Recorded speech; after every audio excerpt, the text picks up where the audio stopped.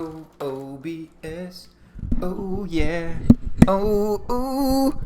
Good morning, YouTube. Oh wow, that probably just like blew your ears out with that. My bad. All right, let's start with the market update. Let's look at the dollar.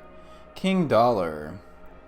King Dollar is continuing its downtrend after making this massive uphill push right here, this huge rally, basically because the Fed has been increasing interest rates.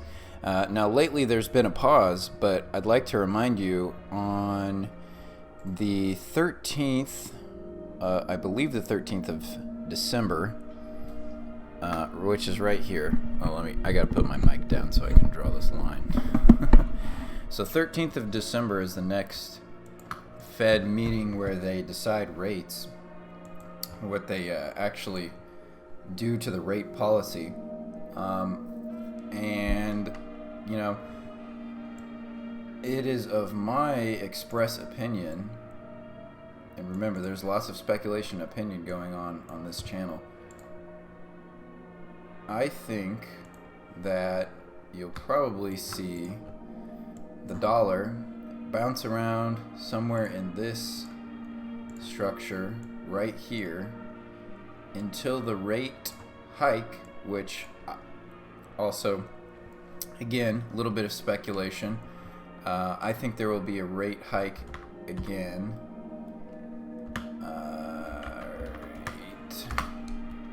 If we go take a look at the effective funds rate, take a look at this. You can see it's been pretty much just going straight up as of late. I mean, they're really hiking really fast. I mean, this is quicker pace than they've ever hiked before.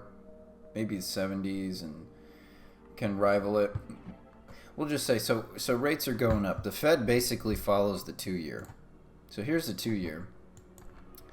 The 2-year has been taking a break lately off of its massive, gigantic run up as the Fed's been tightening. You can see we came all the way down here, or we were all the way down here, sorry, in 2021. Then we made this huge jump, and the market lately has been rallying on this tiny little pause on the 2-year, down 14%. Now, what I'm saying is I think you could do something like this and then bounce up out of this structure, because I still think they're going to have to raise rates higher. And why do you say that? Well, I believe, based on a probability standpoint, if you have an inflation rate that is still at about 7%, if we can find the inflation rate, 7.7%, to get inflation down below this level, you're going to need a terminal rate that at least approaches the level. And our effective funds rate right now is about 3.78%. Now, last time inflation was this high, they had to get rates all the way like to 20%. Or sorry, yeah, I guess it would be percent, yeah. 18, 19, 20% last time inflation was this high. Let's add this to compare, and if we go to inflation, if I can fix this. Inflation's the white line, the funding rate is the orange line. So federal funding rate compared with inflation. And you can see every time inflation gets high, the funds rate has to catch up to inflation now. Inflation is still at 7.7% year over year, and our effective federal funds rate is only at 3.08 right now, despite the fact that they've been hiking like pretty consistently. I mean, look at how fast this orange line has gone up. So, for instance, let's take a look at the last time inflation was at 9 to 7.7%. Okay, the only precedent we have for that is way back here from 82 to 78. So back in the 70s with the oil crisis and during the war period, looks like, but we don't have Fed funding rates that go back that far in terms of data. So, I don't know, take a look at where the federal funding rate had to be last time inflation was at these levels. You had to get your effective federal funds rate basically at or above the inflation rate to cure the problem. Now, historically, that's been the solution to inflation, is increasing the tightening, basically, of the money policy to a point where the inflation contracts. And you can see that if we go to, let's see if I have the money supply on here. It's a pretty cool chart. We'll look at him too, I guess. So here's our funds rate compared to our money supply. And you can see, if you look on this, the white line right here, this is what tightening has done so far to our M2 money supply. This is the dollar, so bear in mind if you're somewhere else, this isn't exactly, this isn't the euro, so this is the dollar. This is M2 money supply of the dollar, down 1.5% after all of this hiking. But if you really take a look at it, our money supply is pretty much just gone straight up. So even after all this hiking that's taken place, the amount of dollars in the system is still practically at all-time highs. So you can see this is M1 money supply. This is when the rates started hiking. You can see our money supply is down 2%. But remember right here, if you're an American, this is where Joe Biden created his Inflation Reduction Act. You can't see me doing air quotes, but there's definitely a lot of air quotes there. This is when all the stimulus checks were printed. All the stimulus was created. Plus 378% in your money supply. So that's your total dollars outstanding. You basically, when you create this much money, let's go to the SPX divided by the M1. When you create this much money, so basically here is where the quote-unquote Inflation Reduction Act was created, right around here, and when they did all the printing. And you can see the S&P divided by the money supply, that just keeps actually just going down because we keep printing more money. This is at the same level it was in 75. Do you see what I'm saying here, guys? We have the S&P's relative valuation going basically nowhere since the 70s because the United States has printed so much money. And the amount of money outstanding in its M1 money supply has increased by about 350% over the past 2 years. So I guess how does this relate back to the federal funding rate? Because that's what we're trying to assess here and trying to get some sort of edge in the market. So let's back up and we'll go back to the federal funding rate. So this is how much the Fed charges interest on debt and liquidity, basically. This is a rate that is a function of liquidity. So you have plus 350% more dollars in circulation, and 2 years later you decide, dang, that caused a lot of inflation. Inflation went up to 9%, almost 10% in the United States, which I think the books are cooked anyways, so I think it's higher, personally. That's a personal opinion. To combat that much money printing, you're going to have an effective federal funds rate that's much higher, people, considering how much money printing you did just recently. Now, inflation, has been going down lately, but let's not forget the amount of money in the circulation, in the M1 money supply has increased by 350% over the past 2 years. That 350% increase in our money supply was the reason inflation went up off the lows 5,600%. Okay? So we had a 5,600% push up in inflation, and we're down 16%. And for some reason, the market thinks that's the time to party. And, you know, we're still basically at all-time highs. Take a look. Take a look. Dow Jones is 6% off of all-time highs. Okay? You see what I'm saying here? None of this adds up. None of this adds up. So, let's move on to something else. Because we had a bunch of economic data dump lately.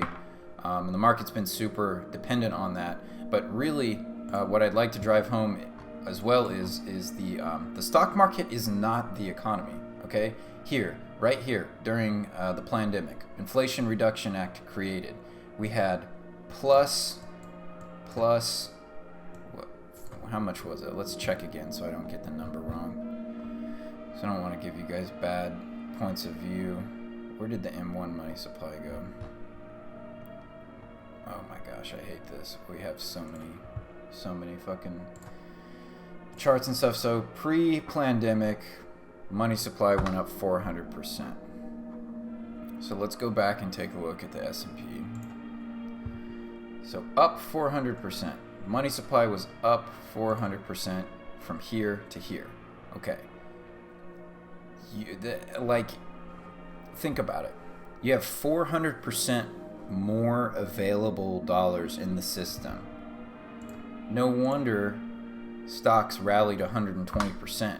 You just gave them 400% more fucking money to leverage and, you know, do their dumb shit with, whatever companies do. I mean, you know what I'm trying to say. To do their bullshit with. So, to combat that amount of money printing, you think a effective federal funds rate of 3%, 3.78% is gonna get that amount of inflation down? I mean, that just seems really stupid to me. I guess I've made my case on why the market rally doesn't really make sense right now. From a fundamental macroeconomic point of view, you know, it doesn't matter that equities are rallying. We increased the amount of dollars in funding available by 400% overnight during the pandemic. Okay? Inflation has to be, in my opinion, probably higher than the 7.7% that the books cook. I mean, yeah, and I am basically saying the BLS, Bureau of Labor Statistics, is cherry-picking data, which we all know scientists do that. We all know people cherry-pick data 24/7. Technical analysts do it, BLS does it, economists do it all over the place. They do it to construct narratives. But let's look at something else. Let's look at, all right, we'll go to the daily on this. This is your short volatility ETF divided by your long volatility ETF. And you can see, as of late, we don't have that much data on this, but since the top in equities, we've been oscillating between about 13 and a half, about right around 13 and 4.4. Now we're getting to the other end of this channel here, and if you understand risk reward, let's say you got in this trade right now and you're gonna go short volatility. This is your potential reward. 6%, this is your risk. 63%. So there's your risk reward on going short volatility. You see what I'm saying here? Let's look at the other way around. Long volatility divided by short volatility. Now these are ETF products. So, you know, take it with a grain of salt.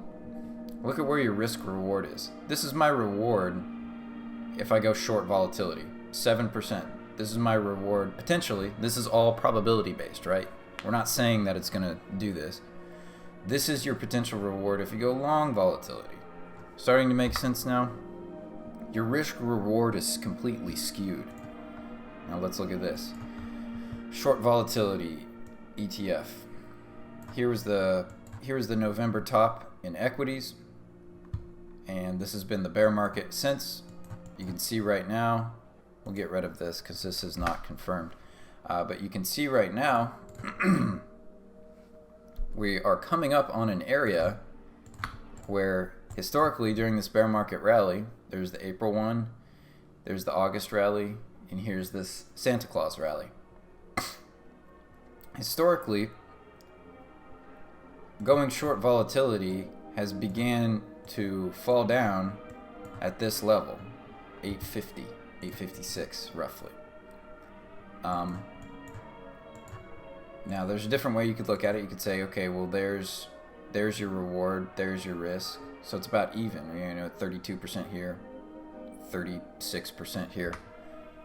This looks a little bit more on the fence because you could definitely have candles do this and continue upwards, and then short volatility works out for you.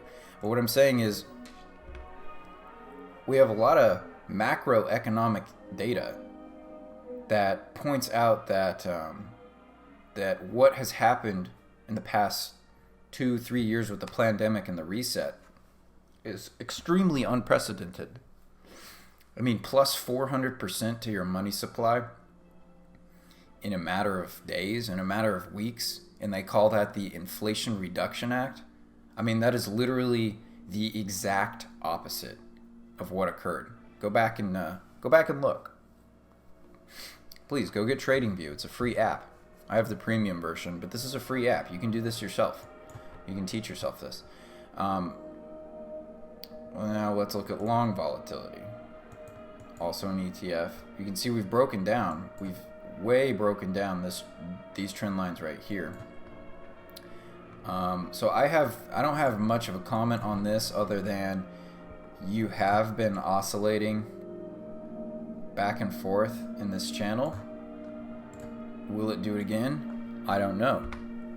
The macro view, my macro view is your yield curve is inverted more than it's literally ever been in the history of the data that I have, at least back to 89.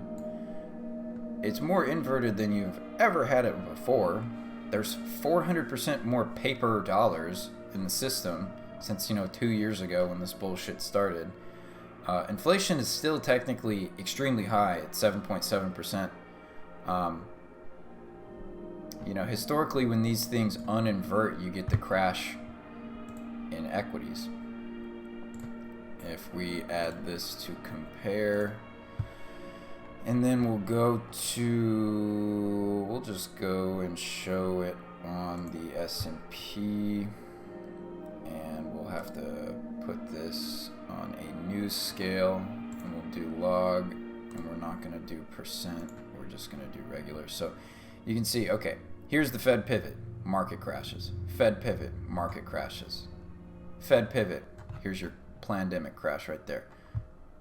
We'll do the weekly so it's a little bit easier to understand. Yeah, pivot, crash. Pivot, crash. Okay, we haven't even pivoted yet, and we're in this downward channel. So what do you think is going to happen when they do this almighty magical pivot? The damage to the economy has already been done. Don't you see? We printed a bunch of money, and then we said immediately after that, oh, you can't use that money. We're gonna quickly start taking that money we gave you for free back out of circulation rather quickly here. And we're gonna do it so violently that our own yield curves invert. See, let's see right here. We got the 1 month at 3.8, 3 month at 4.32, 1 year at 4.7, 2 year at 4.37. Okay, so this is the point where you can see the inversion. You see how the 1 year and the 2 year and the 3 month are in the fours, and then your rest, your 5, 10, 20, 30 are all like in the threes. This side of the yield should not be higher than this side. Okay, that's because they tightened so quickly after printing shitloads of money. So there is a lot of,